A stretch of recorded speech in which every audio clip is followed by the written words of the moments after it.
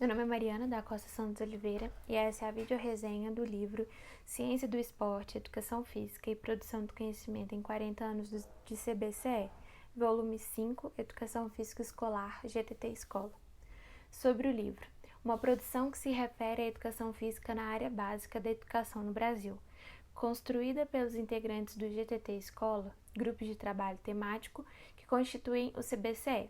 O livro tem por suas escritas críticas e reflexões acerca do caminho que a educação na área percorreu e o caminho que ela tende a percorrer e as diversas diretrizes de como ela realmente deve percorrer para que se possa atingir o objetivo de educação completa. Além da discussão de caminhos, o livro também traz discussões em debate do conhecimento científico acadêmico e do conhecimento do professor que atua na área básica, ou seja, se cria um paralelo entre o conhecimento do pesquisador e o conhecimento do vivenciador. Como ponto de partida dessa discussão, se coloca em centralidade os relatos de experiência dos professores e professoras atuantes na área básica de ensino nos 4 cantos brasileiros, e as pesquisas realizadas por acadêmicos renomados e por grupos de pesquisa de diferentes núcleos de educação. Os materiais e recursos disponíveis para integrar o ensino da educação física, o objeto de estudo diversificado, a maneira como é vista e tratada na escola. Esses são pontos da conversa contidos no livro acerca da educação física escolar, com o posicionamento de diversos profissionais em relação a esse assunto e suas severas críticas e completas reflexões, que vão desde a epistemologia do que se trata a educação física até a sua prática diária e o resultante de seu estudo e exercício. O livro é uma colaboração entre os pesquisadores do GTT Escola, no qual cada capítulo foi escrito e desenvolvido por um ou mais profissionais acadêmicos. Entre eles são Tarcísio Mauro Vago, José Ângelo Gargilho, Admir Soares de Almeida Júnior, Marcos Garcia Neira, Mário Luiz Ferrari Nunes, Diná Vasconcelos Terra, Gislene Alves do Amaral, Marina Ferreira de Souza Antunes, Cádia Michele Ramos Tenório, Andréa Carla de Paiva, Ana Rita Lorenzini, Lívia Tenório Brasileiro, Marcílio Souza Júnior, Luciana Pedrosa Marcaça, Carolina Pieti Nascimento, Elaine Prodócino, Diego Luz Moura, Amauri Parecido Basoli de Oliveira, Vânia de Fátima Matias de Souza, Raquel Aline Pereira de Souza, Daisy Alisson Câmara Cooper, Ana Gleice Tenório Rodrigues e Wilson Alvino Júnior.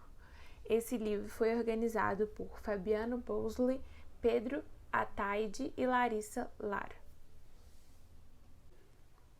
Capítulo 2. As dimensões políticas, epistemológicas e pedagógicas do currículo cultural da educação física. Autores Marcos Garcia Neira e Mário Luiz Ferrari Nunes. Ideia central do texto. O texto aborda o objetivo de estudo da educação física, não em sua centralidade de movimento, mas em sua margem de alcance, analisando como tratar o conteúdo de modo que ele consiga absorver e exprimir o conceito e a prática de uma educação que visa o entendimento processual do indivíduo enquanto pertencente de uma sociedade capitalista que priva do alcance em determinados âmbitos que são primordiais para a noção de humanidade. A partir dessa ideia, o currículo cultural resulta um modo de vida como conhecimento prévio e válido, que expressa uma subjetividade conjunta e que se usa dessa diretriz para oferecer uma educação de qualidade, visando a construção de sujeitos solidários. Plano de assunto do texto. O texto se desabrocha nos pensamentos das teorias pós-críticas em contraposto dos pensamentos modernos e das teorias tradicionais, em busca de uma configuração onde se possa consolidar uma visão acolhedora que aborde de forma correta as questões estabelecidas, qual a crítica fundamental ao pensamento tradicional e a busca por uma discussão que abranja todas as vertentes que corroboram para uma educação acessível, humana e completa. O desenvolvimento do texto é rico em referências de pensadores como Nietzsche, Foucault, Deleuze e Derrida, e entre outros. é disposto por análises das ferramentas conceituais oferecidas pelas teorias críticas para explicar as questões que afligem os sujeitos desde o final do século XX. O pensamento ocidental reduziu plano de assunto do texto. O texto se desabrocha nos pensamentos das teorias pós-críticas em contrapostos dos pensamentos modernos e das teorias tradicionais, em busca de uma configuração onde se possa consolidar uma visão acolhedora que aborde de forma correta as questões estabelecidas. Qual a crítica fundamental ao pensamento tradicional e a busca de uma discussão que abranja todas as vertentes que corroboram para uma educação acessível, humana e completa? O desenvolvimento do texto é rico em referências de pensadores como Nietzsche, Foucault, Deleuze, Derrida e entre outros. É disposto por análise das ferramentas conceituais oferecidas pelas teorias críticas para explicar as questões que afligem os sujeitos desde o final do século XX. O pensamento ocidental reduziu o que se conhece ao igual, ao mesmo. A cultura ocidental organizou e conduziu formas de pensar, privilegiando categorias, espécies e gêneros, buscando a semelhança na diferença para classificar e assim estabelecer identidades. Essa é uma via na qual o texto se estende, identificando o pensamento moderno na escola e na educação física, que por meio do sistema classificatório produziu oposições binárias que excluem valores, sujeitos, corpos e etnias. Comentários pessoais e críticos. A ideia central do texto é riquíssima de atualidade, responsabilidade e sensibilidade. Abre inúmeras possibilidades de diálogo que possam contribuir para um currículo que atende de forma íntegra às propensões pedagógicas que devem ser atendidas.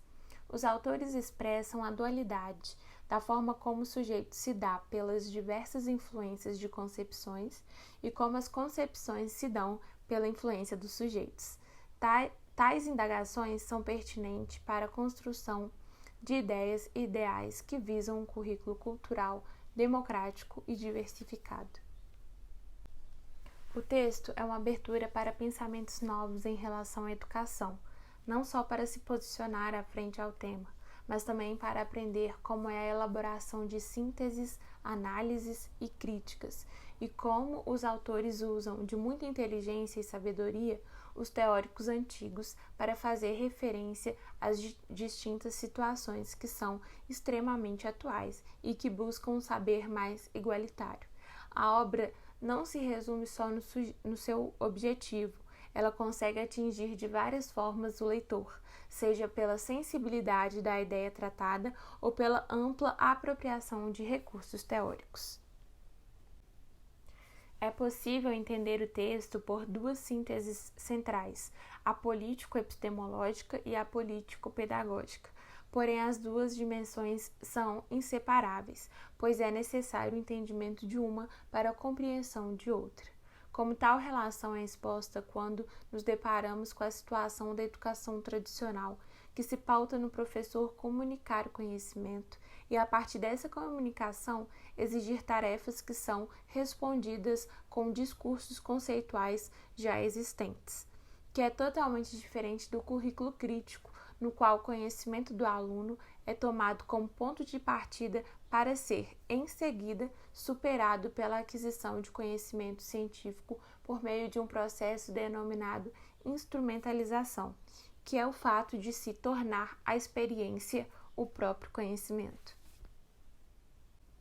O posicionamento que a pedagogia pós-crítica endossa é a favor da afirmação da diferença e os direitos que isso visa resultar. Na vivência dessa diferença, na possibilidade de produção de saber dessa diferença, para assim potencializar seus sujeitos para que fiquem atentos a não reproduzirem e fomentar o sistema classificatório que a identidade lhes impõe, mas que deem continuidade à prática de liberdade, que valorizem uma vida ética e a experiência da estética diversa. Sua força, no entanto, é uma força política, que busca a materialização da proposta e que dissemine a igualdade de aprender e saber.